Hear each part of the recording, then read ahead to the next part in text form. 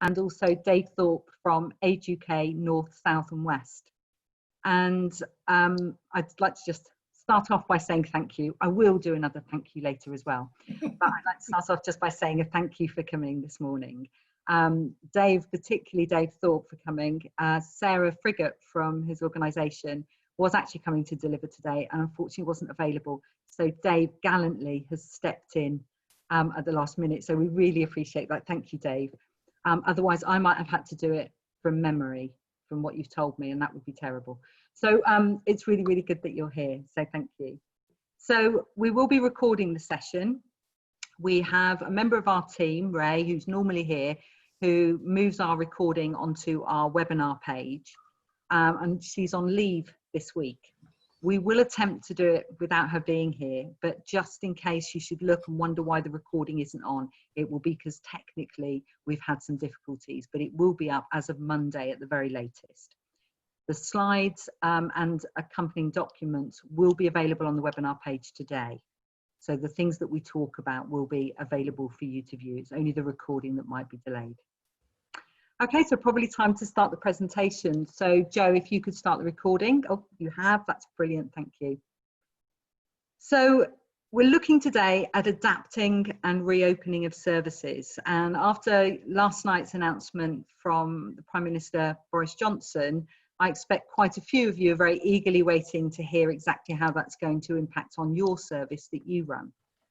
Well, for some organisations, they've already been ahead of the game, either because they've been allowed to or because they've adapted their service to be able to still run even under the particular restrictions that have been in place. And I always think that it's easier to follow a path that somebody else has walked down than try and create your own. So that's why we've invited these two organisations along this morning to talk to you and to present to you the journey that they've been on, because I think there's probably a lot of lessons there that we can all benefit from. So I mentioned earlier, we're very lucky to have David McGregor from Dorset County Scouts, and David's going to be our first presenter. And then we'll go to Dave Thorpe from Age UK North, South and West. And then I will do a little bit on the government update that came out yesterday and some guidance from ACRE, our national rural partner, on what that guidance means in practice. Okay, so with no further ado, over to you, David. If you unmute yourself, which you very rightly did, thank you. And I'll let you share your screen because I know that you've got slides. Okay, that's fine. First I'll say hello everyone. If you sort of see, I wasn't quite sure which screen I was in. Now with my hand up you can say, oh, it's him. So it's him who's talking. What I'm going to do now is do a quick PowerPoint presentation. Sorry about the PowerPoint. I'm not going to make it any snazzy or anything like that, but I just want to give you some information about scouting. You might have some ideas, and you might have been a scout or a guide many years in the past, and you might have some ideas that we still wear shorts and all these sorts of things. So I just want to give you some background information, how scouting has changed and how this COVID-19 has actually moved us forward technically and given us the challenge for our young people. So just to let you know where I'm going with that one, okay? So I'm now going to share the screen, and you should all be able to see that screen from now, yeah? Okay, so I'm David McGregor. I'm the District Commissioner for East Dorset Scouts. To give you some idea, we are the largest youth organisation in the world with 54 million members. We can't see your screen, sorry. Oh, it should be there, exactly as I had before. No? Host has disabled my screen. Oh, what is that then? Hang on. I have no idea why that's happening, because that was... sorry, I'm just trying to see whether there's anything else. Did it exactly as we did before. So if someone disabled my screen then? No? No. Oh, David, if you just try again, it could just be one of those gremlins. Okay, can you see now? It should be David McGregor, District Commissioner, up on your screen. Can anyone see that? No, we can't, Dave. Afraid not. Why is that happening? Paula, you have to unlock it from your end if you're the host. Okay. Sorry, my apologies, everyone. We checked it 5 minutes ago and it was all working perfectly. It was. Joe, can you just make me host?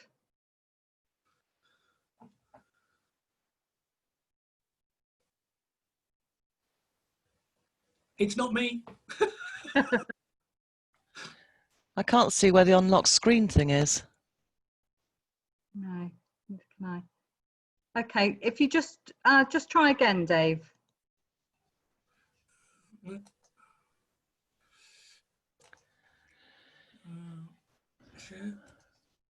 Oh, here we go. Got it? Right. That's lovely. Okay. Thank you. Right, okay, we'll go for that one then. So from the beginning.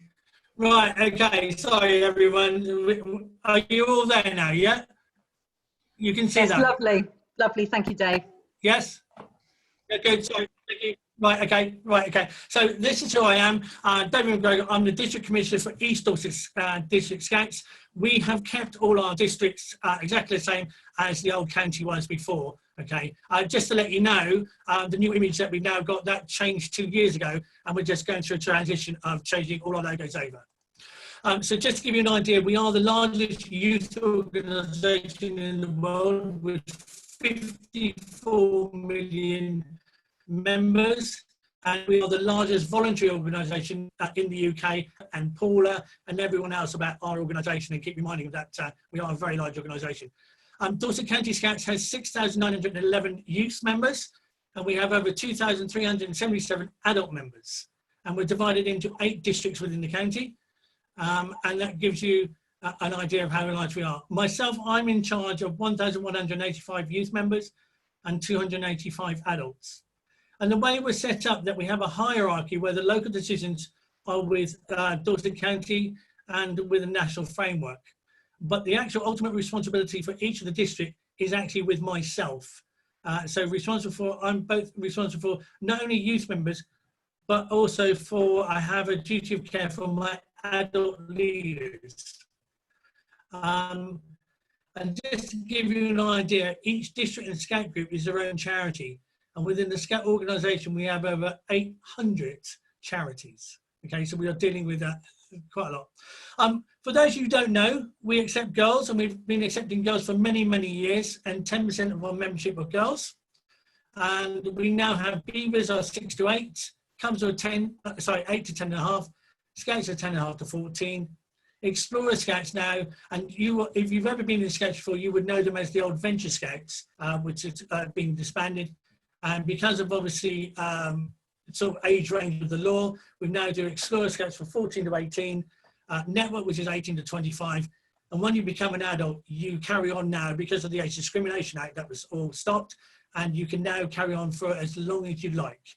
And I've got 3 people in my Scout district in East Dorset that have done over 60 years scouting as an adult leader alone. Just to give you an idea, all our adult leaders have to be DBS checked. All our leaders must hold a first response first aid certificate, and all our leaders must complete a safeguarding course. No one is allowed to go anywhere near our youth until all of that actually happens. So rather than just people volunteering, so I'd like to join Cubs and Scouts and help out as a leader, there is some training which is mandatory that they must be strict on that, more so than a lot of other youth organisations. So I roll into COVID-19. Well, it all happened very suddenly, didn't it? So just as I said before, the Scout Association is a stakeholder with 7 other national youth organisations, and we are in constant contact with the government referencing youth-led decisions. As soon as COVID-19 was mentioned, they met with the stakeholders to discuss how the virus would affect everyone and what message we needed to be communicated to all our members. And to be put correctly across, and what was allowed. The Scout Association, as with the Guidance Association, we all stopped face-to-face meetings 3 days before the lockdown. I was given a week's notice by Dorset County Scouts and from Gilwell, which is the head office, that the lockdown was going to happen in that week, but we weren't given notice of when that was going to be, but to be ready for it. So we closed it down, and 3 days later, the government put in the lockdown, right? Now, apart from yesterday, we are still not allowed to meet until the lockdown has been completely lifted. So although a lot of us will go back down the pub or to the hairdresser or anything else from the 4th of July, we will not meet until the Scout Association and youth organisations say that it's safe for us to do face-to-face. So that created us all sorts of problems straight away. So what we did then is that I got all my Scout groups to look at their finances and plan what they were going to do. And they had to look at a plan for 3 months, 6 months and 9 months lockdown, and what that meant to their finances for the Scout huts. A lot of Scout huts are being used for lots of other community-based activities, and therefore they lost all their income. Give you an example, I'm also the group Scout leader for Phone Down Scouts, and we lost £9,000 because of the lockdown for hiring. So you can imagine for fundraising, £9,000 is a lot of money to get back. So we had to look at that and sort of see how our finances were. And it was very interesting that some were a bit hesitant and someone said, no, we're okay, we can do that. And so what we did is that we're fortunate enough or every term. And what we did then is that we wrote to all the parents and explained, look, you know, we're on lockdown, we're not meeting face to face, but we are still continuing scouting and we still have bills to pay. So for the Scout Hut, we have obviously fire extinguishers, we have servicing of the gas boiler, and we have health and safety, all sorts of different things that we have to carry on with. So we asked them for a 50% reduction, and that turned out to be £5 a month that they're actually paying, not one person, which is really good, because once you explain to them why we needed that money, then they said, yeah, that's fine, completely understand that. As you'll know, is that on the DCA, there's been a lot of information about the retail and leisure grants, and the Scout Association, again, looked at all of that, and 9 groups out of my 14 in East Dorset have Scout headquarters, and we were very fortunate that every single Scout hut in East Dorset got the £10,000 grants. So although I lost £9,000 on loss of hire, I've been actually able to use the £10,000 so as a top up. But that's more because I'm very keen that a Scout hut is not used 3 nights a week, that it's actually used as a community hub. And that's exactly why the Scout Association was allowed, and the Scouts were allowed to have this grant and be granted that, because we are used as community hubs, and this grant quite clearly states in it to ensure that the community hubs are available for later on in the year when we all come off lockdown. So that's what we did.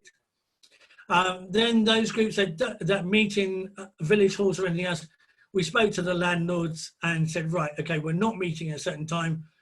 Do we have to pay anything? Do not? Most of them said, no, not at all. Some people just said, well, can you just pay us a little bit? Obviously, because like everyone else, they're strapped for money, and we were quite happy to pay for that. So we used all the information that the DCA has given us for the last 12 weeks to ensure that everything was done that we could possibly do to make sure our finances were correct. And I've got to say, I'm very pleased that East Dorset has been very good, and we're very fortunate on that side, and we're ready to go. We're just raring at the bit to get back to face-to-face scouting. But you know, our finance for that. Communication. Well, I hopefully you'll know what this is. Most of you will know about Semaphore, and people say to me in scouting, oh, well, scouting is not like the old days. And I always say to them, well, thank goodness for that. And I went, well, what do you mean? I said, because I can't do Semaphore. So when scouting started in 1907, we were doing Semaphore, and we were doing Morse code. Well, if you're not aware of it, that Morse code no longer is even being taught by the MOD, let alone by anyone else. So it's just, I only put this up as a bit of a smile on the face, just to understand that although we might have done this, you've got to understand that things move on and we've got to move with the times. And COVID-19 has done that for scouting. So we communicated with our members and my leaders in all sorts of different ways. First of all, we did the normal letters to the parents and to the youth, but we use a lot of Facebook, and we only use it as good news, so telling them what's going on and what activities are. We do WhatsApp for the parents, and they can tell what's going on. We use obviously Zoom meetings now, or Microsoft Teams. We then went to the local groups. For example, in Ferndown, there's a Ferndown coronavirus group, and we communicate with them, saying what we're doing. Okay, we've gone to the local media. We obviously use the DCA, and everyone that's scouting is still alive. We're still here, and we're still doing things. And I think that has changed our scouting. There's no doubt about that. Rather than meeting up for an exec meeting, and we're all coming together, and bearing in mind, East Dorset is from Sixpenny Hanley, right on the Wiltshire border, all the way over to Corfmullen. Okay, and I go to Sturminster Marshall on one side, and then Verwood on the other. It's a big area to cover. So therefore, that a lot of people used to come together and do a lot of mileage. And now we can all come together on a Zoom or a Microsoft Teams meeting within the next 5 minutes. We can all have a cup of tea at home, have a biscuit, and get on with the meetings. So that has pushed us completely differently to what we've done.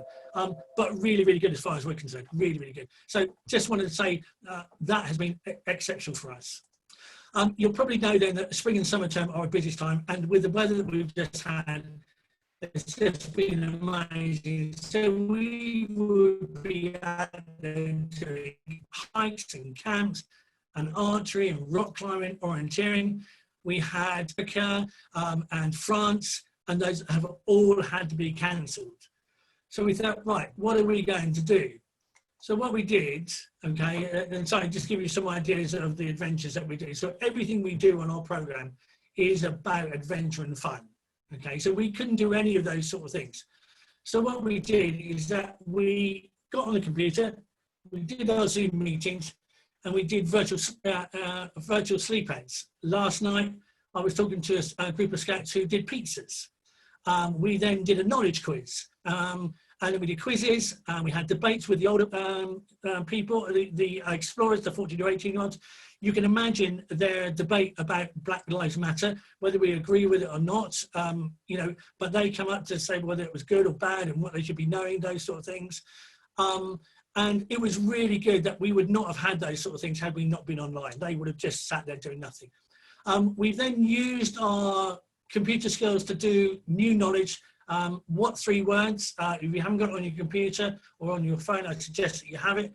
It's actually used by all the emergency services, so that if you are stuck in a place or in a wood or going for a walk and you sprain your ankle or anything else, you can actually phone the emergency services and say, I am in this place, and you use 3 specific words that's given to you by your phone, and that gives you down within a 1 meter square throughout the world. So again, I had great fun with the kids doing it around the world, and I gave them some of the legs and went, well, that's in the canal, that's in the sea. And I went, well, actually look at it, and it happened to be a ship in a canal and those sort of things. So lots of different things we can see. What has been very apparent that you will have noticed is that a lot of people haven't been getting together. We've seen a lot about mental abuse and depression and all these sorts of things. So by seeing your friends on sort of Facebook and certainly on Zoom, is that you could see the smiles on their faces. And we've had a lot of parents saying, thank goodness you're doing the Zoom meetings and things like that, because they haven't been able to see their friends for the last 8, 10, 12 weeks.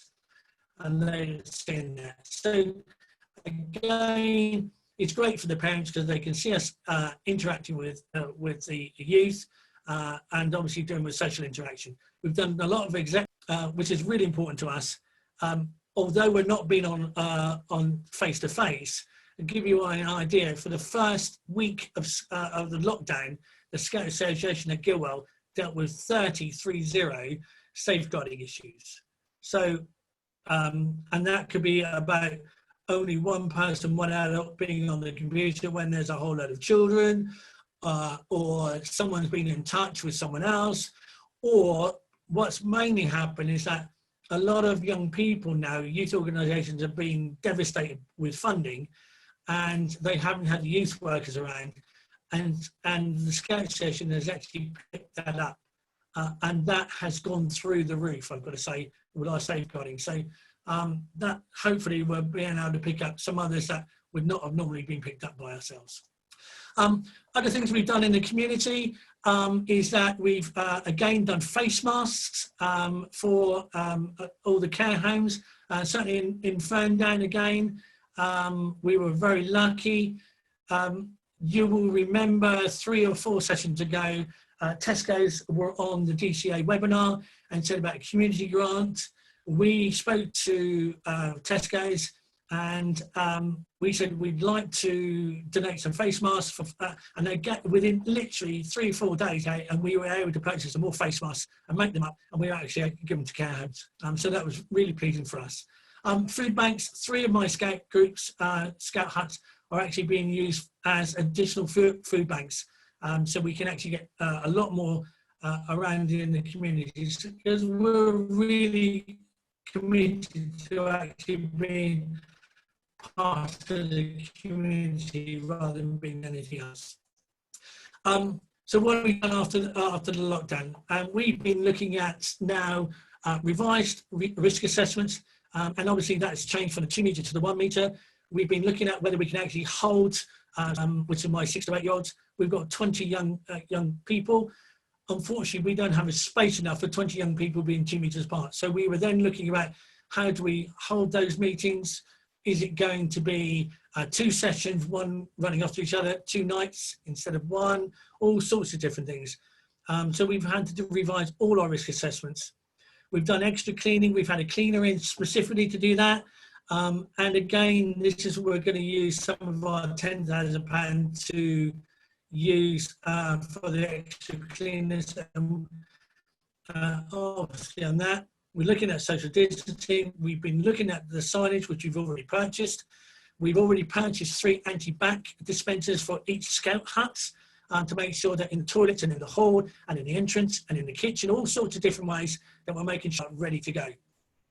We've also asked all our hirers to look at their own risk assessments, and we actually asked for present sort of written copies of those risk assessments. So we want to know how they're going to go in the halls, how they're going to go out of the halls.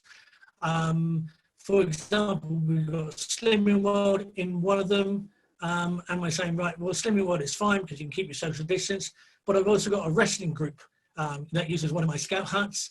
And this is actually, they're practicing for proper, WWE wrestling and, get together. And we've had to say that's completely banned until we know that complete contact is allowed. But again, once that happens, then we've got to look at a complete risk assessment. And we've got to make sure that although they've done the risk assessments, because it's our scout hut, it's our responsibility to ensuring that the hirers abide by the rules and that they are social distancing. And if they're not, then they will be stopped hiring, because again, nice to have hirers, but my responsibility is for my youth members first, and that's my main priority. So we're quite good on that. I put the joke in afterwards. I hope you don't mind. Like that. And yeah, BP opened up a lot of petrol stuff. For those of you who don't know, Kate Middleton is one of our ambassadors. And it's really nice. She's actually been invested as a beaver leader for her local area at Cambridge. And she's come along to quite a few of them. And the reason me and I do that is that we're now looking at the volunteers.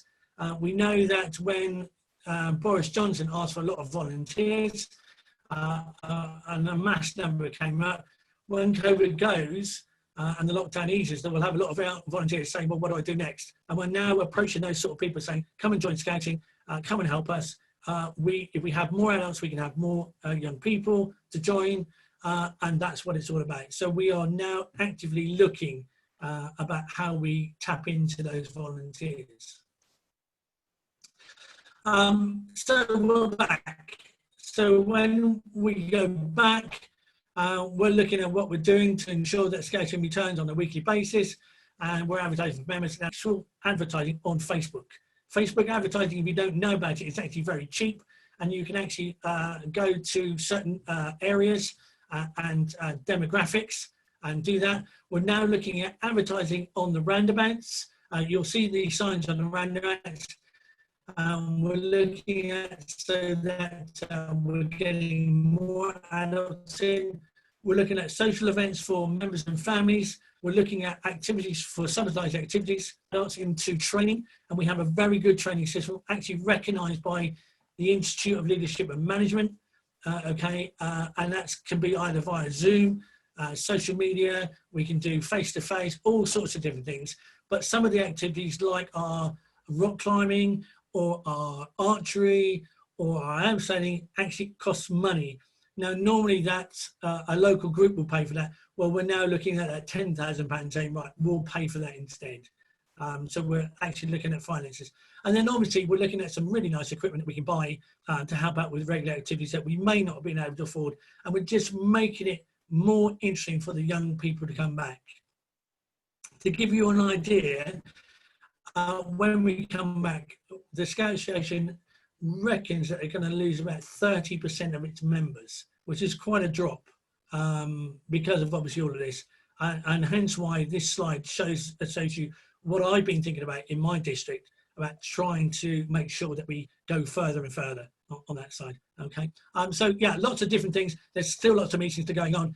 And obviously we've still got lots of advice that are going to happen now coming back from the government and the youth organisations about how we do it. So that's my presentation. I know that any questions are being asked for Q&A. So if you want anything like that, put it down and I'll gladly help you. And by the way, if you want to volunteer, I'm open to offers to get more volunteers and more leaders. And I'll say thank you for now. Bye for now. Lovely. Thank you very much, David.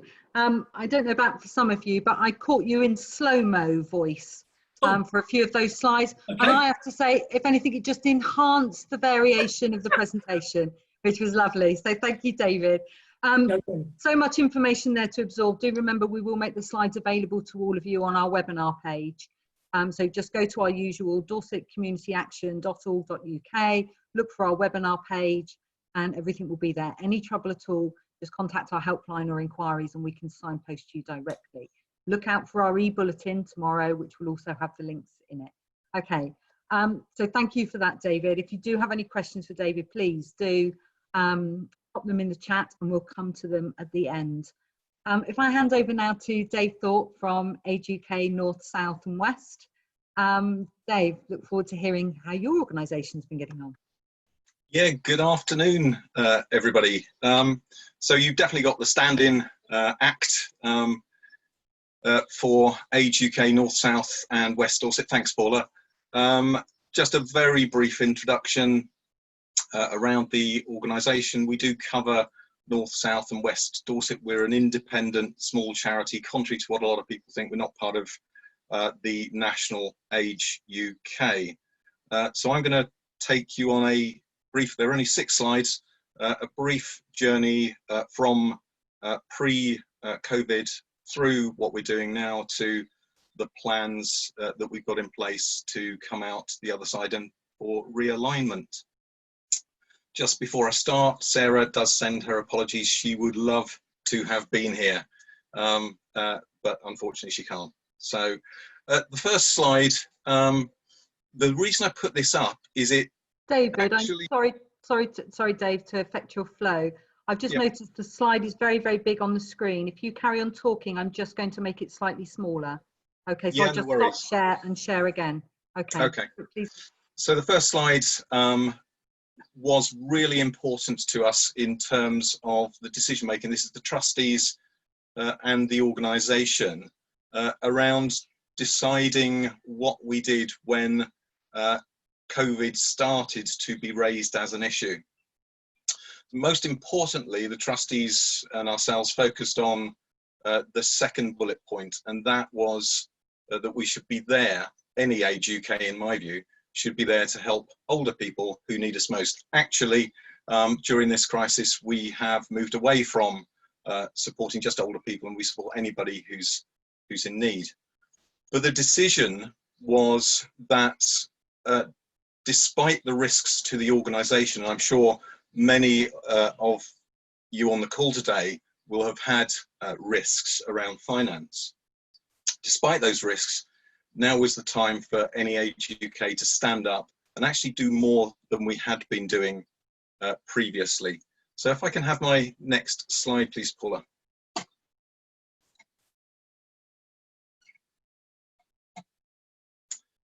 Okay, so this one may not be awfully clear, but this gives you an indication as to what some of the main services we provide. So Age UK North, South and West Dorset, we employ about 100 people. We've got about 300 volunteers across Dorset helping people.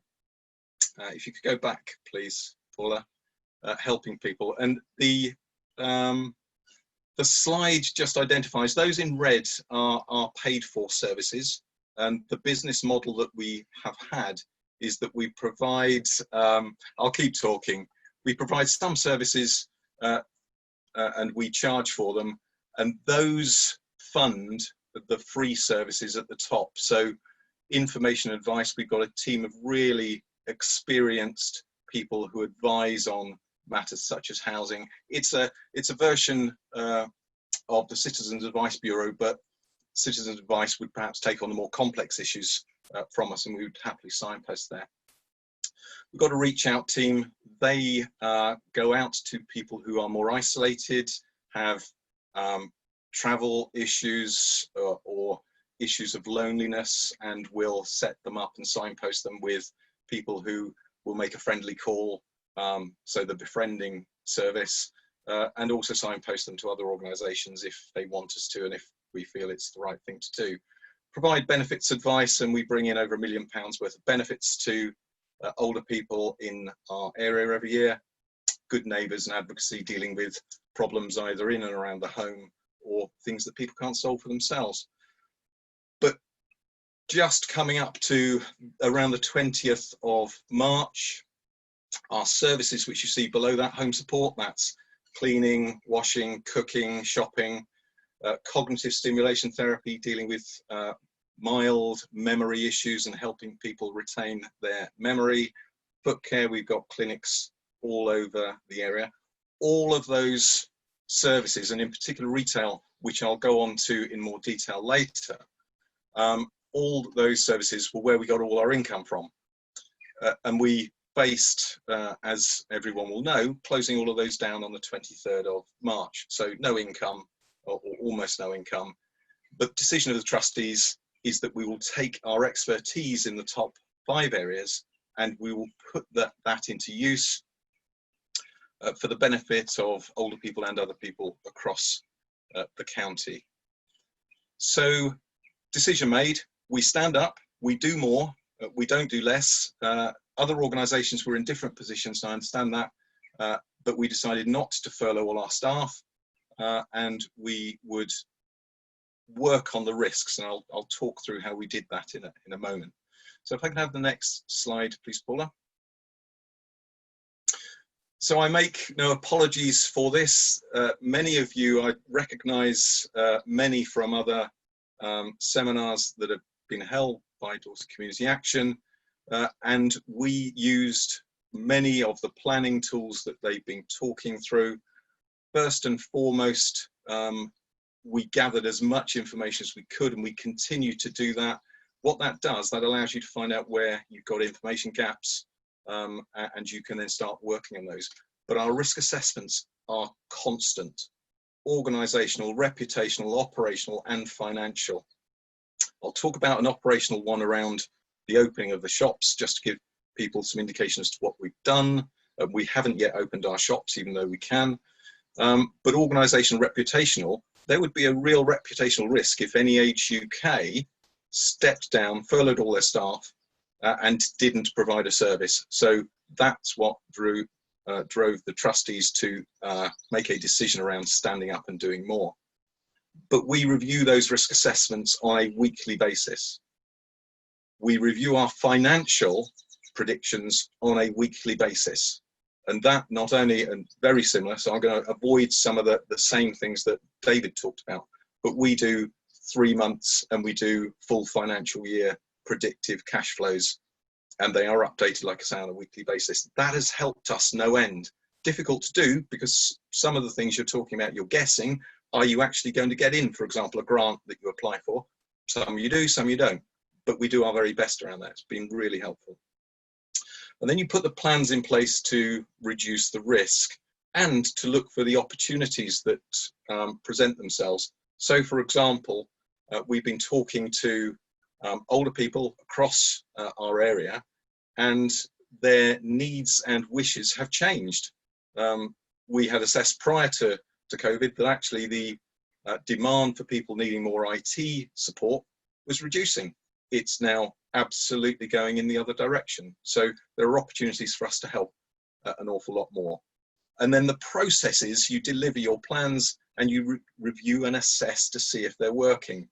It's exactly what Paula and her team have been talking about on these seminars.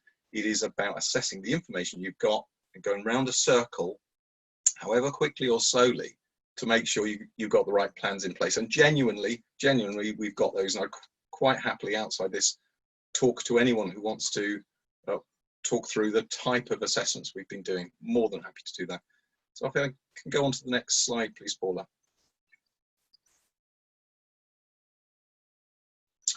Okay, I'm going to whiz through this because David covered this.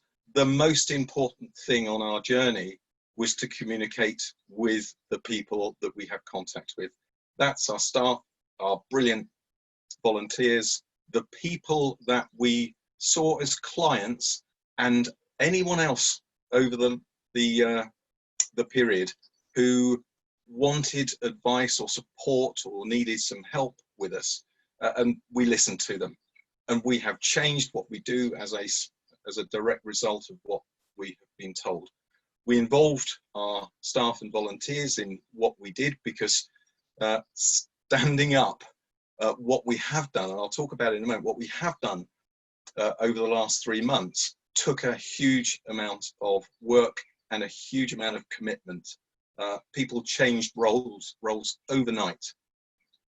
And therefore, as a consequence of that, we have had to put in much more support.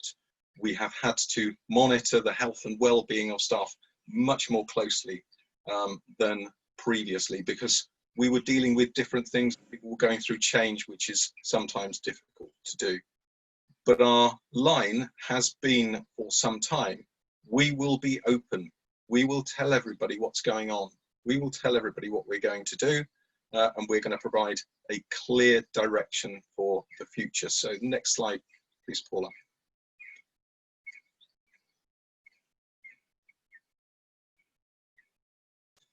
So what did we do? What are we doing at the moment? So Age UK North, South and West Dorset moved from a whole series of services and retail into one single service. Our trustees said we should stand up and be counted. In this crisis, we should be as helpful and work with partners to make as much positive difference as we possibly can. So the one service we moved down to, going back to that slide, information, advice, reach out, we pulled that resource and we pulled other resources into, on the 20th of March, into a call centre. So one call centre, we imagined originally for older people to call to get help, to get advice, and for our team members and our volunteers to go out and do things like shopping for them, to make sure they've got prescriptions. So on the 22nd of March, we set up a call centre. We'd never had it before. We put all the technology in place. We got all the IT in place. We had trained our staff. We got all the assessments in place. They were very similar to the ones we do normally anyway, but our assessments in place, we'd made sure our DBSs were all up to date for those who are going to be involved in the service. And we started a service where we took calls from people, and then we provided a service, or we signposted a service, whether it be befriending, whether it be picking up, shopping, whether it was prescriptions, etc.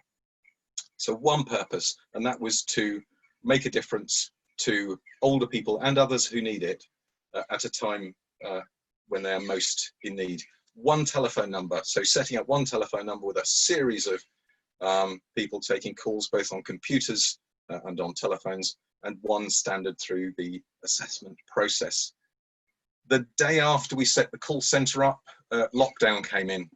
So in 24 hours, we dismantled the call centre and we put the technology in place to have people working from home. I know many of you will have done things like this, but we had hundreds of calls coming in a day to that number, particularly in those first few weeks.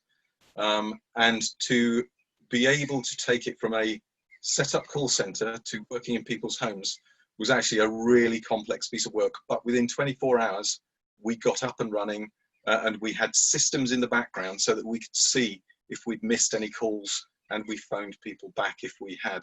So a huge amount of work over those first few weeks. But absolutely, it was the right thing to do, and it changed what we were doing. So as we got more calls in, and as the Volunteer Centre Dorset recruited more volunteers, and then as COVID-focused volunteer groups stepped in, we then started signposting out to them. And in total, we have taken about 7,000 calls, and we have given support in the community through ourselves or through those groups to over 1,500 people who needed help. An analysis shows that most of those, 70% plus, needed multiple visits. So it's a phenomenal piece of work that the community and the volunteers have done. And actually what we did, we took some calls, we did some assessments, and we signposted. So ours was a fairly simple piece of the jigsaw puzzle. So that's what we're doing at the moment. We continue to do that. Demand has dropped in terms of telephone calls. So we are getting fewer people asking for food, albeit you every now and again get one that really worries you. And we've got one we're dealing with today where an older person in the area has been trying to manage on their own. Their family is in Australia. A family from Australia have contacted us through the Help and Kindness website, and we're going to solve her problems in getting food. She's been struggling to get food for 3 months now. So there still are people who need our help and need the help of the voluntary groups. So really important we maintain that service. So if we can move on to the final slide, please, Paula. So this is looking at the future. And I make no apology for the business planning tools again. We go round that circle. We look at the risk assessments. We are doing research with our customer and client base. We're looking for opportunities to add more and to help more. And we are risk assessing as we open. Key thing is when the government announced that we could open shops, we decided not to rush. We could do with the income. I'll be very honest, we could do with the income from it, but we are going to get it absolutely right for our staff, our volunteers, and those people who want to come into the shop either to donate goods or to buy from the charity shops, and indeed people who deliver, etc., into the shops. So I'll cover retail very briefly in a moment in terms of the risk assessment. But we're also doing things like cognitive stimulation therapy I talked about. We are now doing that online. We know that that's valued, and we know that so the courses that we're running, people will dial into, often with a carer, and prior to that, we will have talked them through and walked them through the use of IT, and then the use of Zoom, because we use Zoom as well. And these are highly successful, highly sought after now, because people are getting the chance to talk and to exercise their memory.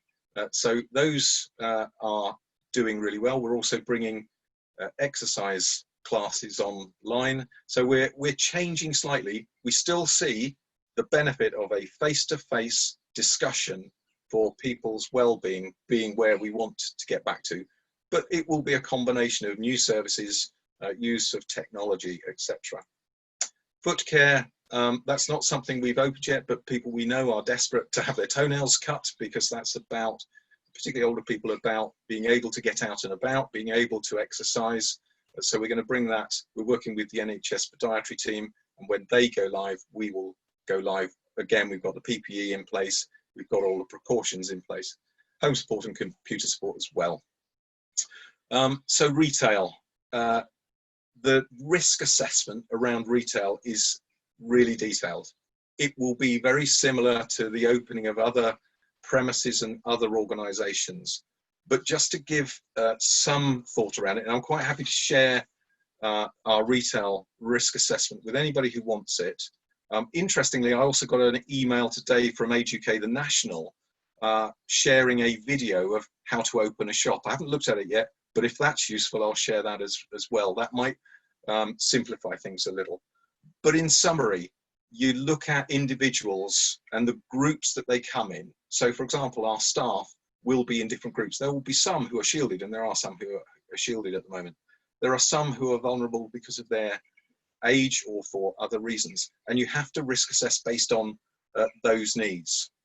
Some of our volunteers as well will fall into that category. You have to look at customers and other people who will come into the shops as well. And we have taken, through DCA, the best advice from government and NHS that we can possibly get. We've absolutely followed what they've said. So the type of things we will talk about, I've mentioned it before. Communication is key. Communication with your staff, your volunteers about the safe practices that you're going to put in, and indeed talking them through the risk assessment. Communication with the customers and the members of the public who will come in. That's through signage, whether it be on the floor, whether it be before coming into the shop. Hand washing, sanitizing. Yes, we are the same around sanitizing stations. You're going to come into the shop and we'll ask you to sanitize your hands. And indeed, if cash is passed, then there'll be a process around hand washing and sanitizing, but we will try to avoid cash at all costs. We have got Perspex screens in place in the shops for when we open. I don't know how long they will have to stay up, but we will provide them. And we also have processes in place for the receiving of stock, which has to be left for 72 hours before we then go through it. And there will, of course, be distancing measures. They're under constant review. So the 1 metre plus, for example, actually, we've reviewed it, it's made no difference to us. We could ask people, we may get an extra person in the shop if we change what we're doing. The reality is that's not going to make any difference, and we would rather people were comfortable in the shop, but we will be constantly reviewing that. So the offer is there. Myself and Sarah Frigate, more than happy to talk through what we've done in relation to any of these services, and indeed prepared to take questions. But the next steps around the COVID issue for us is really focusing on people who are now lacking in confidence, or indeed they've lost mobility. Now we're looking at allowing them to come out of their, or the government are looking to allow them to come out of their homes. And we know there will be a particular issue with that. So we're going to focus work in partnership on helping people to gain the confidence, or indeed to be supported in coming out and getting more mobile in communities. So in summary, I will go back to that original slide, and that is we are here to help people, older people primarily, but at the moment, anybody who's in need, if they are in need of help, and we will continue to do that as an organisation. Quite happy to share absolutely anything that we've done with any of the organisations if they want to get in contact with me. So that's me, Paula. Dave, thank you so much. I'm only able to keep a little half an eye because for some reason the slides were really playing up for me. We must have gremlins afoot. But just glancing at the chat, what I could see was definite interest in your risk assessments. And again, it comes down to that walking the path that somebody else has already trod. I think everybody is going to be looking at their risk assessments, even if they've done one. The idea of being able to compare it to somebody else's to see the things that you might have missed or not considered, or even get reassurance that the risk assessment you've done is good. I think it is really helpful. So thank you for that offer. And we'll make sure that our resources from today are shared. David, I can see you wanted to just come in with a point there. Yeah, I just want to say one thing on risk assessments. One thing that we've always had is that the Scouts, again, have had lots and lots of risk assessments for lots of activities.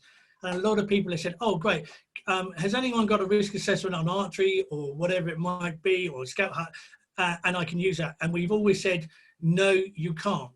Do your own risk assessment, because there might be something in that Scout Hut or with that activity that we don't know about. So therefore, you cannot use anyone else's own risk assessment. You must do your own. That's a lovely point, David. Yes, other people's risk assessments can make great comparisons. You can use them to find out if you've missed things. And again, as I say, to reaffirm that the one that you've done is good. But Yeah. you can't just lift somebody else's risk assessment and use it as yours. It will never be exactly the same. If we were to look at the village halls, for example, across Dorset, I doubt I could find 2 that run in exactly the same way. So by all means, use other people's as a guide. But no, there is no alternative, I'm afraid. I hate to be the bearer of bad news, but there is no alternative to writing your own. So Julie, I'm going to come over to you. Did we have any questions in the chat that we will share with? Yeah, there's just sorry, Paula. Yeah, there's just one unanswered question. It was to David McGregor. Janet Miller asked if there's any subsidised places on the Scouts for low-income families. Okay, the policy of the Scout Association that no child should join the Scout Association, not be able to join the Scout Association because of monetary problems. For example, in my Scout group in Ferndown, I have 2 parents that are on social benefits, whatever you want to call them. Okay, and we actually pay for them. And also that if a young person goes on a camp or anything like that, and the parent can't pay, only myself and the treasurer knows about that person. No one else knows, and they are paid for. And we always have a sort of a fund that we have for that. And we say to the parents, right, what can you afford? You know, and they might say, well, I can afford £20 out of a £60 camp. Fine, just pay the £20, we'll pay the £40.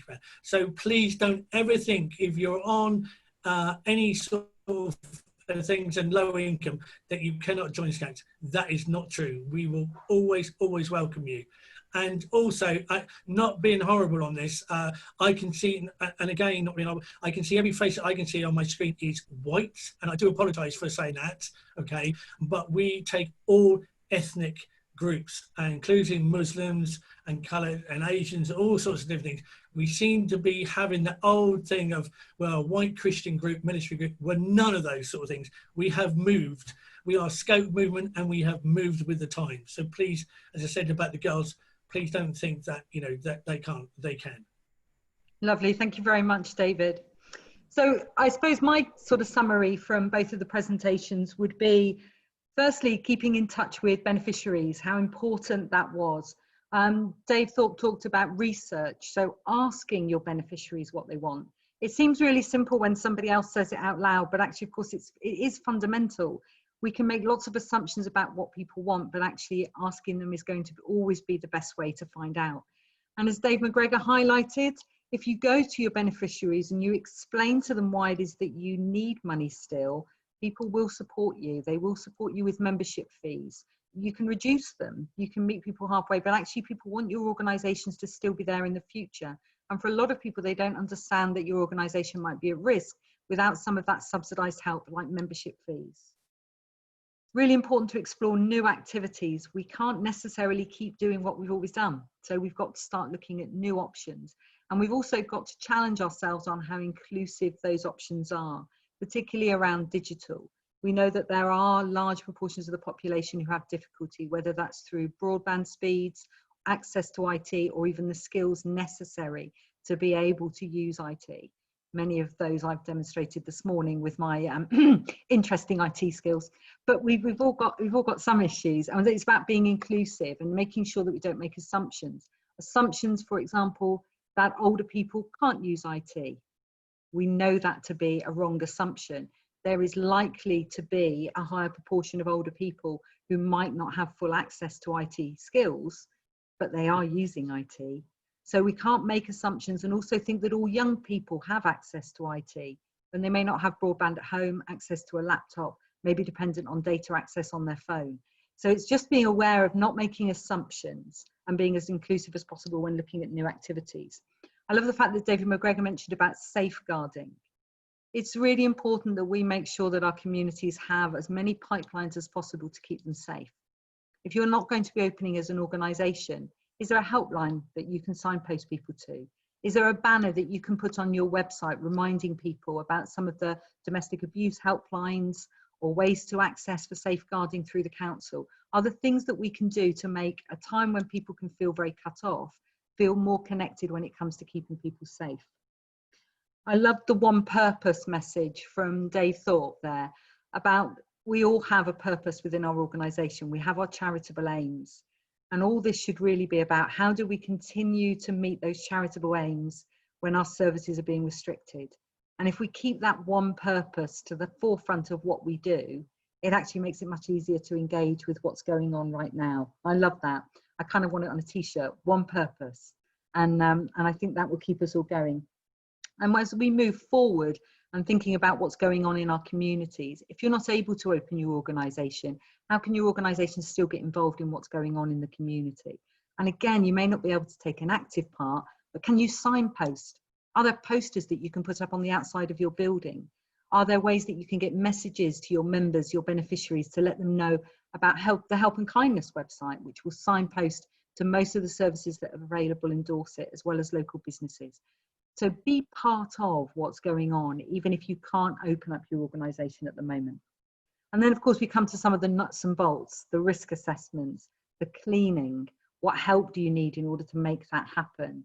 The very different levels of risk assessment. So we will be looking at hirers of premises, taking more control over their own risk assessments, and actually asking hirers to really be the main cleaners and the main people to keep their own beneficiaries safe. We're going to have to. That's going to have to change.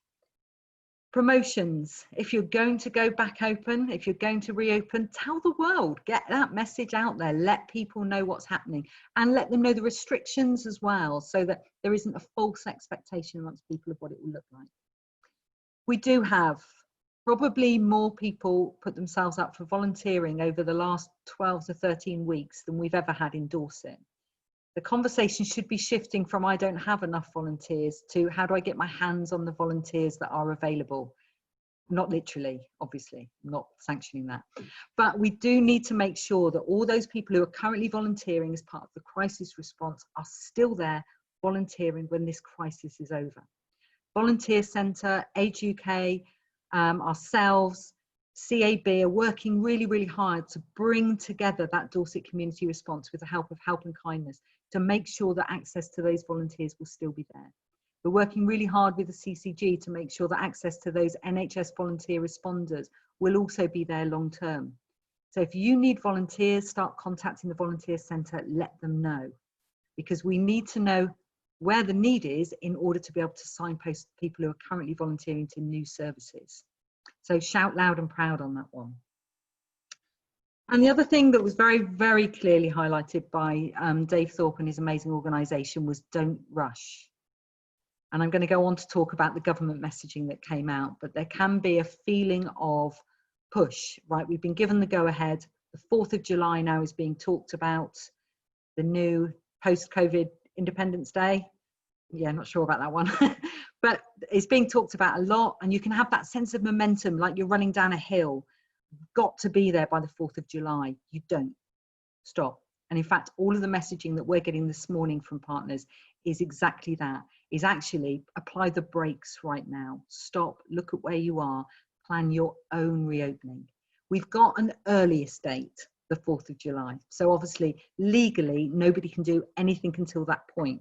We're still legally closed if you're not somewhere that's been previously opened. So legally, you cannot do anything until the 4th of July. That's all that date tells you. The date that you open will be the date that's safe for you. So I'm just going to share my slides now. And as I do so, just a quick, really big thank you to both Dave Thorpe and David McGregor for sharing their stories with us today. So hopefully you can see my screen. It always looks very different from my point of view, but these were the 3 phases that were brought in by the government when Boris Johnson did his speech around about, I think it was the 9th of May.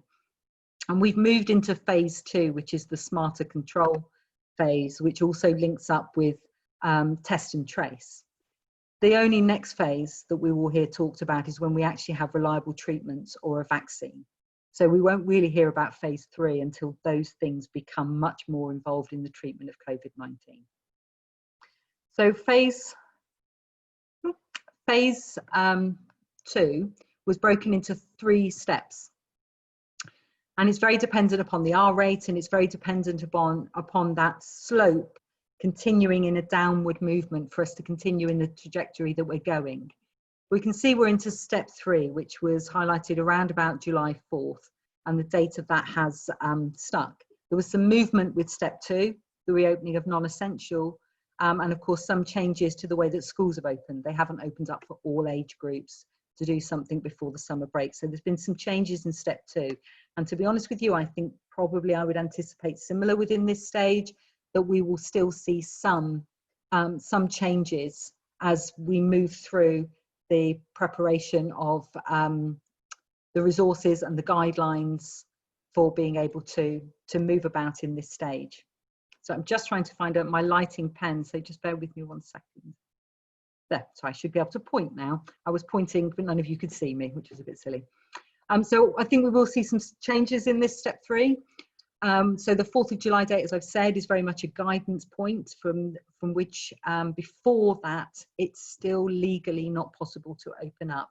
Now, if you are a village hall or a community centre, which is probably the area that's been mainly affected by this introduction of step 3, you're still bound by the current rules, and the current rules stand as you're only able to operate for essential services, so food banks, support for homeless, vulnerable people, blood donation sessions, those kind of things. Early years care providers can work out of your hall, and also indoor markets, which caught everybody a bit by surprise, but indoor markets which came in. Those are the only reasons in which you can currently operate. And although the 4th of July date has been given, really, until that legislation changes, and those changes will go up on the government website, that is the case. And I know that ACRE, our national body that works closely with DEFRA, the Department for Food and Agricultural Affairs, I know that they have some concerns about whether that deadline will be met for the legislation. We will keep you informed if there is any delay to that date. But it is very important that you don't think, well, it won't cause any harm if I open early. If you open early, you'll actually be going against those legislative restrictions. So just be careful of that. DEFRA and ACRE are also talking about not rushing this process. It is about making sure you're safe. One of the probably most used phrases by Boris Johnson yesterday was, if you can safely do so. What that means is that the onus of responsibility is going to be on you. Whatever is provided by government guidance, ultimately that's where the responsibility will sit. It will sit with you and your trustee board. So if you do not think you can safely do it, don't do it. And it doesn't matter what guidance is there saying it's okay. If you do not think you can safely do it, don't do it. As Boris Johnson said, if you can safely do so. There was also a promise from the government that they will publish COVID secure guidance for every sector that is reopened. And that's a direct quote from his speech that he gave to Parliament yesterday. We are hearing some muddled messages coming through from the government about whether there will be a specific guidance document for community centres. There could be a document that signposts you to the current documents that are available. That's obviously a slight concern from our point, and we will be lobbying for a separate guidance document for community buildings, community centres and village halls. But it could well be that it's a signposted document, in which case we will do what we can to make that an easier process to understand. I'll come to that in more specific detail in a moment. It's worth mentioning as well that there were some changes made to shielding, and that's the 6th of July. That means that people that are currently shielding will be able to go out and meet with up to 6 people from different households outside, keeping to a 1 metre rule. I think most people would actually say if you can keep to a 2 metre rule, that would be definitely preferable if you were previously shielding. And from the 1st of August, shielding will be coming to an end. And that in itself is an issue that I'll come to talk about at the end. So the other big change was the 1 metre rule. And I think it's probably really important to make sure that we get the emphasis right here from the scientists. They were very keen to point out that it's a 1 metre plus, and that plus means mitigation. So although we can now be, well, not now, from the 4th of July, we can be a metre apart. There has to be mitigation there. So there has to be a face covering, there has to be screens, there has to be protection of surfaces, still not touching face, probably not face to face if at all avoidable within that 1 metre. So it's really important that we remember that it doesn't mean just 1 metre apart, it means 1 metre, but there should also be mitigation. And that's really very important. So when you come to look at your health and safety guidance, it doesn't necessarily mean you can just change it to 1 metre and leave it as it was. You may have to put new mitigation processes in place to cover that reduction in distance. Okay. So hopefully you can see this. I apologise for how small it is, but I had to cut and paste it this morning to put it into a slide for you. So new guidance has come out first thing this morning, and I've starred them on the side there. So close contact services, some updating to the factory, plants and warehouses. The warehouses may be of use to some of you if you hold stock. Hotels and other guest accommodation, and the visitor economy. Now, if you look at all of those, if you can see them, you'll see that actually none of those are specific to community centres and community buildings. So at the moment, that's the only guidance that has actually come up, and you would be unable to open until there is guidance up there specific to your industry. As we say, it could well be that when the guidance does come out, it will just be signposting you to elements of this guidance, but we would hope that it won't be.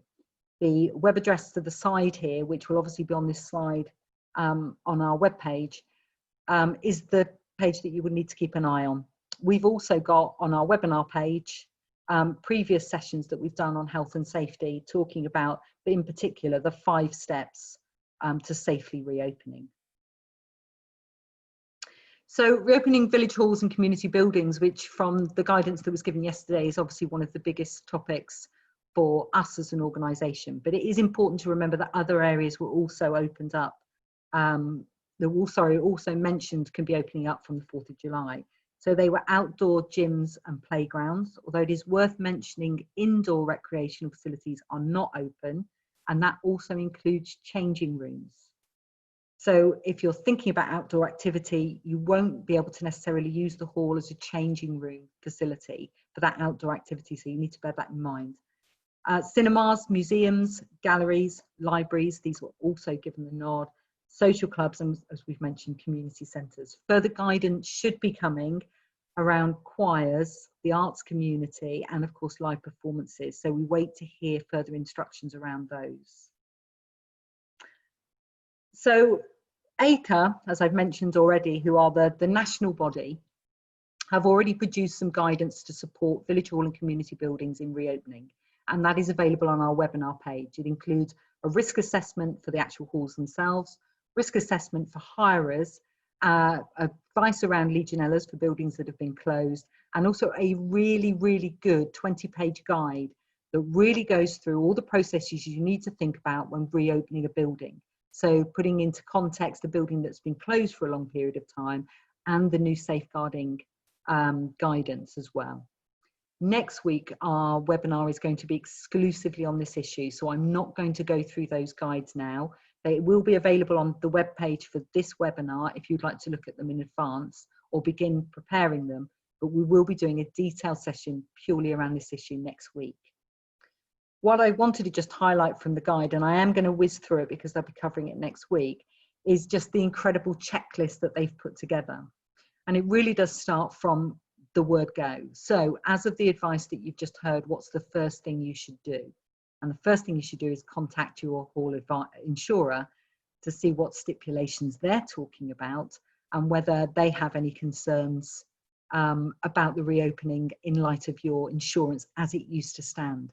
And I think that just really highlights how cautious we need to be, that this isn't about a process of just getting the doors open as quickly as possible. It's about doing it right. So as you can see, all of these which are linked with an appendix, there is actually a document that goes with it. It's either in the 20-page document itself or it's as a separate document. So for example, risk assessment would be silly to put that inside a booklet, so they've done that as a separate document. Cleaning, as we've talked about, is essential, and you need to be looking at what facilities you've currently got in place and what facilities you might need in the future. Now, there is the Dorset Community Foundation, and there will soon be the Dorset Innovation Fund. Now, both of these will be open to support with things like cleaning, so purchasing of new PPE or other equipment that you might need in order to keep your hall clean. Just remembering that PPE is often what we refer to as high level resources. So we tend to think of hospitals, but it does include basic surgical masks, which are the type that you can buy on the internet, not part of any kind of restriction on hospital use, just simple masks and face coverings and gloves. So it will allow you to be able to buy that sort of equipment. You might also think that you need to bring in a cleaner to do a thorough clean after your building's been closed for 3 months. And again, that's the kind of thing that funding will be available to support you with. You'll see the word risk assessment constantly on here. And that's because it has to be done first. It's not something you can do after you open. So it is very, very important that this is something that you've done. And as a group of trustees, you've looked at and decided that all important question, can we do it safely? If you can't, don't do it. So as I say, it really goes right the way through everything up to marketing and communications. And there are some really good things in the guide, such as notices that you can photocopy and put up. So it's a really great document. And we're very lucky that ACRE have produced it for us. What we hope is that it will mesh nicely with the government guidance as soon as that is out. But it is a case of us just keeping our eyes peeled until that happens. But again, really just to put that note of caution in to remind people, just because it says the 4th of July, you cannot do anything until the legal restrictions on your being closed are lifted, and also until that government guidance has been produced in whatever form it is, you can't open as an organisation. So it is important that you make sure that those are available. Next week's webinar, we'll go through all of that in much greater detail, but we didn't want to wait to give you the ACRE documents for you to have access to them, but we also didn't want to just put them out as just documents which don't mean anything. So we just wanted to put some meaning to them. Okay, I'm just going to stop sharing. So the final bit really that I wanted to just talk about was the shielding advice that's come out, because it is confusing. It is very difficult for people. It has come perhaps a little bit more suddenly than some people may have expected as well. And so that can create anxiety. So I think for every person who's feeling relief that shielding is coming to an end, there are people who are incredibly anxious about it. And we need to look at it from the point of view of both our beneficiaries, but also our potential staff as well. If you've got staff who have been shielding and they may be coming back, it's really important to support them with their return to work and to make sure that you can do it safely. Remember the mantra, if you can't do it safely, don't do it. Furlough is still an option that is available, and it runs right the way through till October. So it is something you can make use of, but it shouldn't also be the quick fix, because otherwise you'll just hit another deadline of October and need to bring back staff that have medical conditions that make them at a much greater risk from COVID-19. So it's really important that you look at that now. There's a really great health assessment questionnaire that Dorset Council have produced, particularly looking at people with vulnerabilities, and that includes our BAME community, who we know have been highlighted to have greater risk factors linked to COVID-19.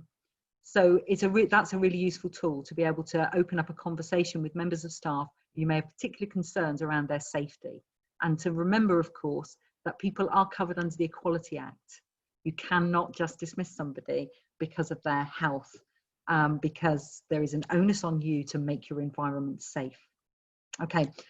The other thing probably to mention is about the volunteers. We still need you. Shielding may be coming to an end, which may make a lot of people feel like, well, that's been the mainstay of my volunteer work, has been in actually supporting people with their prescriptions or supporting people with shopping because they can't go out of their house. We have an opportunity right now to do something quite extraordinary.